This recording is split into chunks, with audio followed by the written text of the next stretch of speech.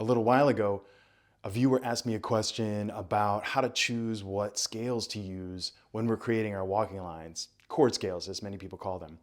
Here's the fastest answer I can come up with. Number one, it doesn't matter at all. Number two, the information in the chord gives you a little bit of data.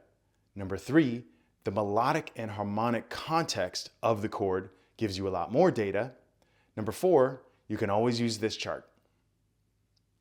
So if that answers your question, thanks for watching and I'll see you later. If you'd like to find out more, stick around and we're going to talk some more about using scales in our walking lines.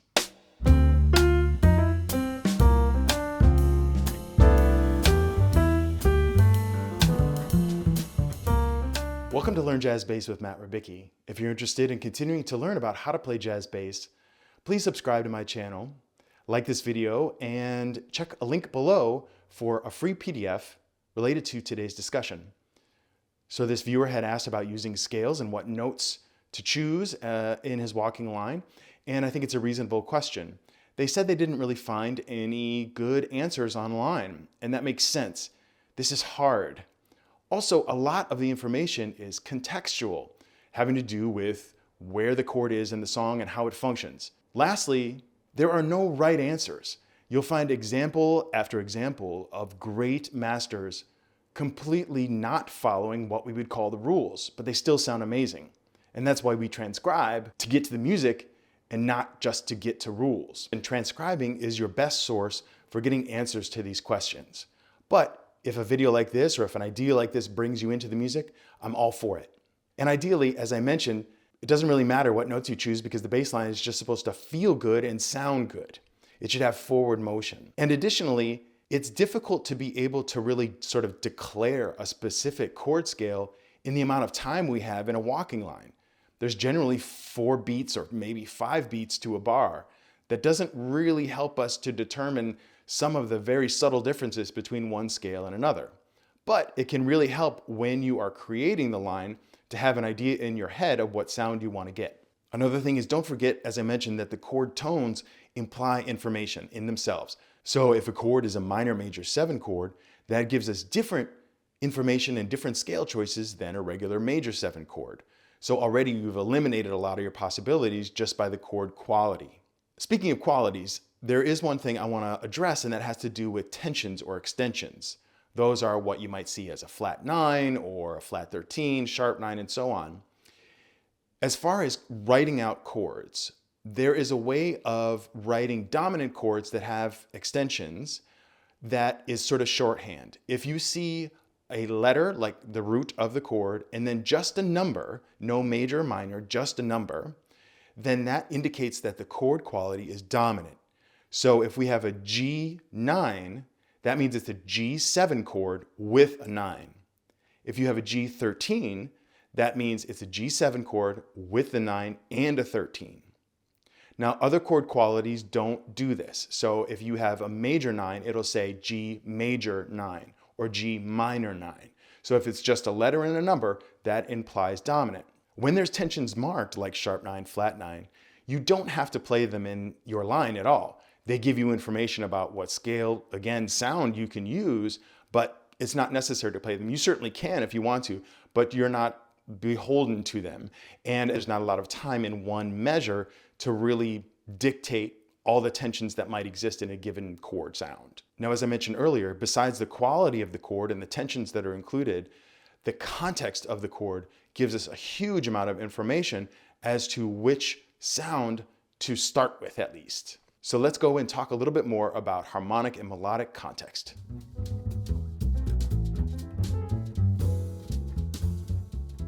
A really important and useful lens to think about context is knowing if a chord is diatonic or not.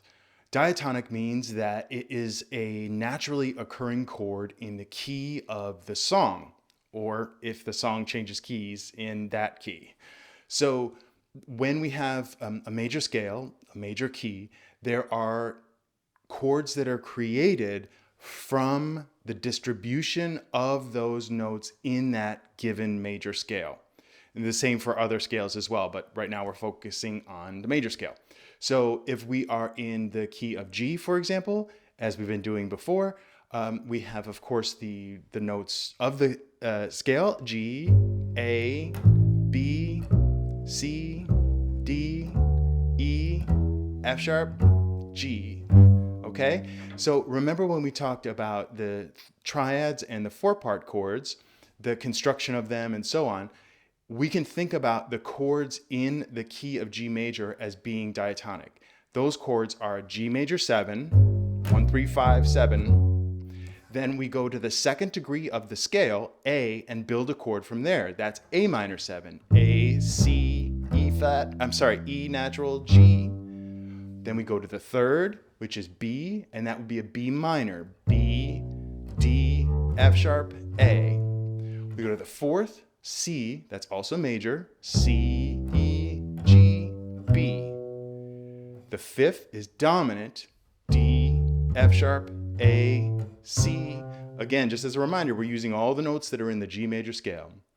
E is minor, E, G, B, D. And F sharp is minor 7, flat 5. F sharp, A, C natural, E. So you've got a 1, 2, 3, 4, 5, 6, 7 chords. I'm saying they're called that. They're the 2 minor 7, the 3 minor 7, 4 major 7, 5, 7, and so on. So analyzing a song and knowing what that chord is in relation to the major key gives us options. The first and quickest thing to think about are modes. Y'all may have seen stuff about modes before, and I can certainly point you to other sources if you're interested in learning even more. But the basic idea is that we are taking the notes again from a given scale. Here we've got G major, and we are just sort of compartmentalizing them by starting on a different note per mode. So the Ionian mode, the first mode, starts on G. It's the major scale. The second mode is Dorian. That starts on the second note of the scale, A, and it's the same notes of G major 7, the same notes of the G major scale, but you start on A. So A, B, C, D, E, F sharp, G, A, and I'm playing the A again. The third mode is Phrygian. We've got the notes of the G major scale. We're starting on B. B, C, D, E, F sharp, G, A, B. All right, and so on. So there's also Lydian, Mixolydian, Aeolian, and Locrian. So the point of saying this is that when you know that a chord is diatonic to the key, you can choose one of these modes to play over that chord. Now, what that essentially means, sort of the shorthand of it, is that you are still just playing the major scale. You're just emphasizing different notes because of the chord sound in that moment. So if I've got an A minor 7, really the notes I'm choosing are from G major, the G major scale. That's totally fine and legit and a good way into thinking about chord scales, quote unquote. So as a quick example, if we see D7 and the key is G, then we can choose the Mixolydian mode to play under/over that D7 chord because it's the 5, 7, the dominant 5 of the key of G. And so too with the other chords that are diatonic.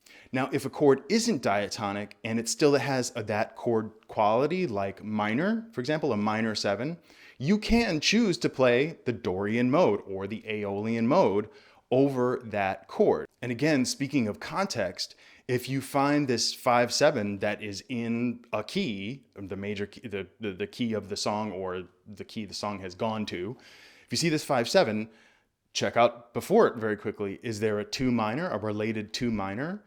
And does the 5/7 resolve to a tonic? If so, you found the famous 2-5-1. And that can be in a different key than what the song is in, but it's still a 2-5-1. So if we're in G and the notes are F minor 7, B flat 7 to E flat major 7, that's a 2-5 in E flat. So once we've got this idea of, suddenly we've expanded looking at the broader, we sort of zoomed out and looked at the broader collection of chords, a small progression within the overall progression, then we can sort of gather choices based on that. The 2-5 is so common, as you probably know, in jazz music, that it's worth, I think, taking a look at how a few different master bass players have handled playing the 2-5-1. So first, let's take a look at 3 examples of 3 measures, a 2-5-1, of Christian McBride playing on Cherokee. And this is certainly a song where 2 5s are in another key in the bridge. So the key of the song is typically B flat, but in the bridge it goes all over the place. For example, in this first sort of sample, we've got a 2-5 going to A major. So B minor 7 to E7 going to A major 7. And he plays this, but much faster. So what he's doing there, as you may be able to tell very quickly, is he is choosing notes from the A major scale to play over the B minor 7 and E7. B is the root of that first chord. C sharp, excuse me, is the third of A major. D is in the key of A major. D sharp is a chromatic note to get him to play the root on the next chord, E, natural, which isn't in the key of B flat, right? We're playing the root of that chord, E7, going back down. All those notes are in A and resolving on the root A. And it's a similar idea for the next sample, the 2-5 going to E flat. As I mentioned, the key of the song is B flat. Here it's going to E flat. So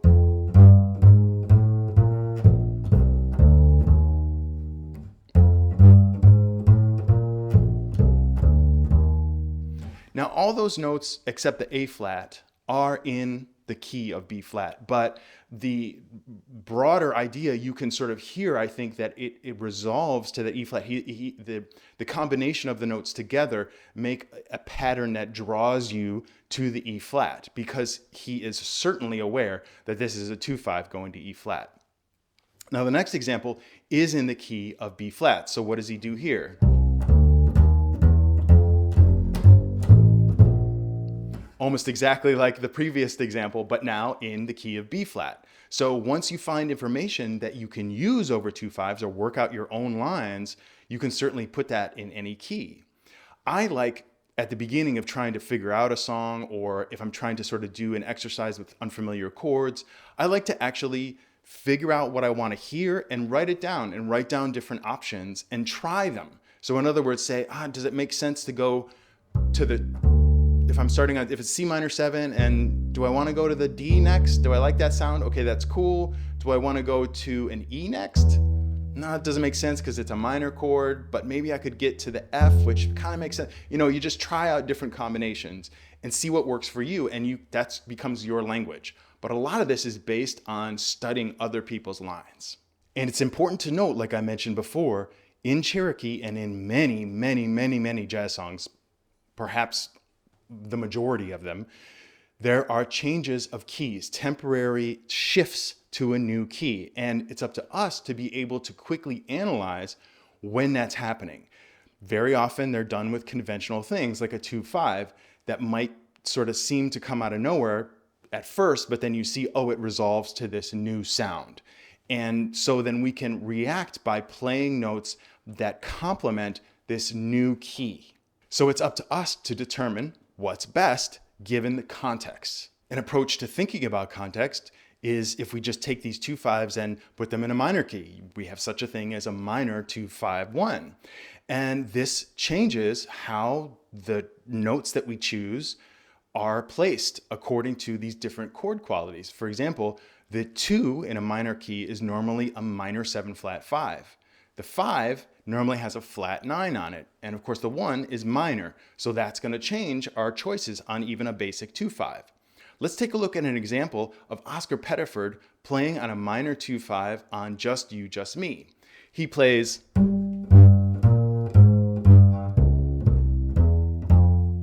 I'll play that again.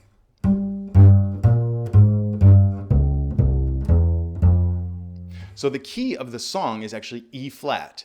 But here, it's a resolution to the sound of F minor. Here, and oftentimes, this minor 2-5 will have to do with its relative major. The relative major of F minor here, at least I think the sound he's going for, is A flat major. So we've got the notes in an A flat major scale to contend with, which are D flat, which is the flat 9 of C, and also the flat 5 of G, the G minor 7 flat 5, D flat, The flat 9, D flat. So we've got similar chords to E flat, B flat, E flat, A flat, but now we've added the D flat. So he is taking those and honoring that different sound by putting them into the C7 specifically. And he's also playing this, ironically, what would be, if in my interpretation, directly from a Locrian mode for the G minor 7. Locrian would be the 7th degree of the scale. The G minor 7 flat 5, Locrian would be the relative key of A flat major, as I'm saying. And he is playing this A flat there, which is technically a flat 9 on the minor 7 flat 5. You can play a natural 9 on a minor 7 flat 5. That's always an option. And as I said earlier, it's hard to sort of determine which chord scale someone is thinking of or which sound they're thinking of. But I think playing this flat 9 here really gives it a very clear distinction, like I am thinking A flat. And that is the kind of choice we have to make when we're thinking about context. Again, the key of the song is E flat, but he's thinking A flat, F minor, it's really F minor 7, the relative minor of A flat. So now conversely, look at some examples of how Paul Chambers plays on Yesterday, minor 2/5s on the song Yesterdays. And for one thing, he completely ignores the flat 9s and flat 5s in almost all instances. The very first one.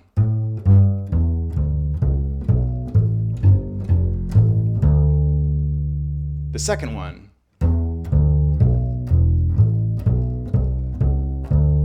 That should be a E minor 7 flat 5. He plays a natural 5 there.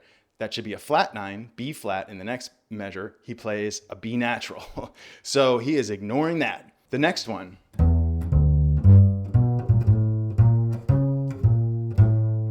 Now there he does play that flat 9, right? On the A7. He's playing that B flat on the A7 flat 9. And in fact, that jump to the C sharp, that's really a strong sound there. It really gives a very determinative sound to that particular chord. And yet I can't say exactly what chord scale he's thinking here, if he's thinking of one at all. In fact, for the previous example where he's completely ignoring the flat 5, there's a good chance he was approaching this D minor 7, the resolving chord of the minor 2/5. He's thinking of that D minor 7 as sort of Dorian. So this is the key of C. So of course he wouldn't play a B flat. So, you know, it's hard to say what's in a person's mind, but certainly as you study more, you'll see sort of different uses and different approaches. But regardless of what's in their heads, we don't really know. There's lots of examples of them not following quote unquote rules. And that's totally fine. As I said, it sounds great. But let's say, for example, you really do want to follow the rules. Well, let's take a closer look at more chord scales to choose over particular chords. Now, there are many, many ways to approach this material. As I said, this is just a start. It's not the end all be all.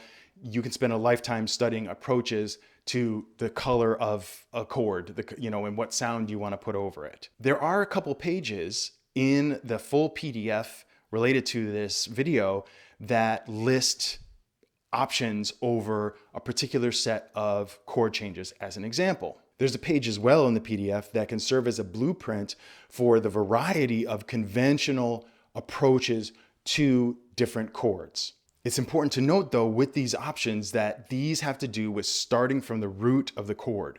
There's many, many more ways to approach these chords not starting from the root. There's a whole nother world to consider when we think about approaching these chords from different scales and different places. As you can see, there's lots of options.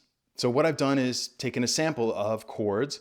I'm using some changes, that's what we call chords, changes, from the song Do You Know What It Means to Miss New Orleans. And I've sort of exploded the harmonic rhythm so that we can take a look at one chord at a time. In the original song, the way it's normally performed, there's generally 2 chords per bar in many of the bars. But here I've made each chord one whole bar so we can look at the variety of options in one bar's amount of space. I do want to remind you, though, at this point that at a certain point, the functional aspect of what the bass is doing takes precedence over choosing these scales. And the quality of your bass line, meaning how good it sounds, really is the ultimate marker of note choices. So if there's a note that makes your line sound better and works at all, you should do that, even if it breaks some kind of chord scale rule. That said, for this example, and in some exercises you should do yourself, try sticking to exactly chord scales that you choose ahead of time. So let's take a listen to a line I created with that in mind. I'm sticking exactly to some chord scales that I picked ahead of time, and I want every note that I'm playing to be coming from those scales that I chose ahead of time. Let's take a listen. 2, 3, 4.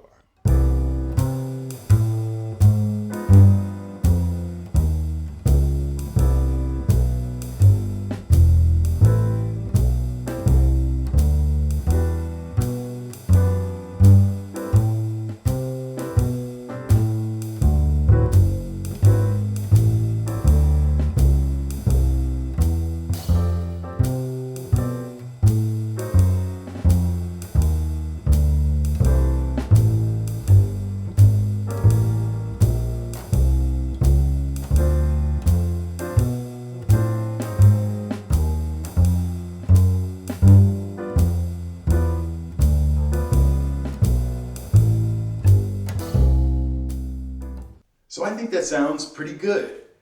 I enjoyed actually doing this exercise of really trying to stick with some chord scales ahead of time really deliberately. So how did I choose these scales? How did I choose these notes? Well, like we've talked about already, I looked at the context of the song, I looked at the melody, I thought about what options were, and I made decisions based on that. I also tried different options over different chords when I didn't like what I originally came up with, which was kind of fun to find something that I liked better. I was also thinking about the parameters of standard bass lines. I wanted to connect the chords sort of elegantly if I could. I wanted to play roots on the downbeats when I could, in every instance that I could. And I wanted to have the line have a sense of motion, at least somewhat. On the page right after the bass line itself, you'll see that it's repeated, but I've got a little analysis here as to the chord scales that I thought of ahead of time. You'll notice in the very first measure, there's 3 options right there. The notes I chose could have been from any of those 3 options, any of those 3 scales. Remember I mentioned before, there's not a lot of time to really be able to spell out exactly what chord scale you're thinking of. So these notes I chose, while I was thinking of bebop major in that particular measure, all those notes I chose could have come from other scales as well. But certain chords like the C6 and the F major 7 and the D minor 7, the G7, the E minor 7, those are all diatonic. So my first thought were those modes that we talked about. What can I play in relation to the key of the song, which is C major? So those are sort of the very first thing that comes to mind is, oh, I can play this mode here related to this chord because it's diatonic. And remember again that in this instance, we are using scales that approach the chord from the root of the chord. So this A flat 7 chord, for example, I'm thinking A flat mixolydian. That changes on G7, I'm thinking G mixolydian. And that happens a lot in lots of songs that you've got to sort of switch your mind very quickly. There's an exercise we'll do in another video that I think will help with that if that's a little bit of an issue for you. You'll also notice in the second system that I've made a little note above the D9, the D9. As I spoke about earlier, this indicates a D dominant chord, and it's got the natural 9. It's just D9. So I've got to choose chord scales that include a natural 9 in them. There are some that don't.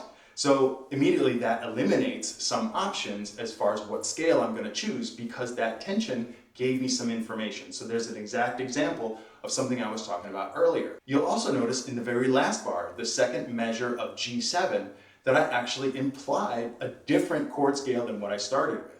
I started with G mixolydian, and then I went to G whole tone because I like that sound. Lastly, remember, if you look at the couple of sort of reference pages that I've got in the PDF, you can use a whole bunch of options on all these chords. This is just my one example in this one instance of what I chose. I could choose something different next time, and so can you. I would suggest that you do this for every song that you're working on or trying to learn, that you really look at the chords very carefully and sort of put them in a logical progression, but also at the same time look at them very microscopically and think about things vertically, right?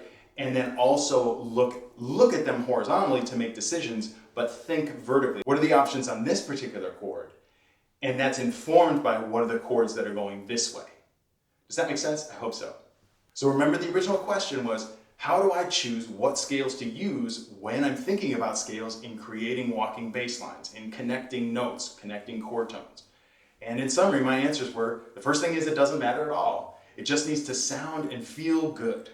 The second thing is the quality of the chord, the fact that if it's major or minor, diminished or dominant, and any tensions listed are going to give you information about what scale to choose. And then the last thing is to look at that context. Look at what the harmony is in relation to the song, in relation to the chords around it, and that's going to give you a lot of data as well. If you want to get more into this kind of harmony and this kind of approach to thinking about bass lines, I'm developing a series of online sort of courses and modules that I hope that you would be interested in seeing. If you want to sort of be on the mailing list, please download the PDF and I'll have your email and I'll be able to contact you when it launches. Additionally, I have a book, The Hal Leonard Jazz Bass Method, that discusses these things as well. So I'd encourage you to check that out if you're really interested. I hope that today was helpful for you. Thanks so much for watching and joining me. Please remember to subscribe and check out that free PDF. And always remember, straight ahead and strive for tone.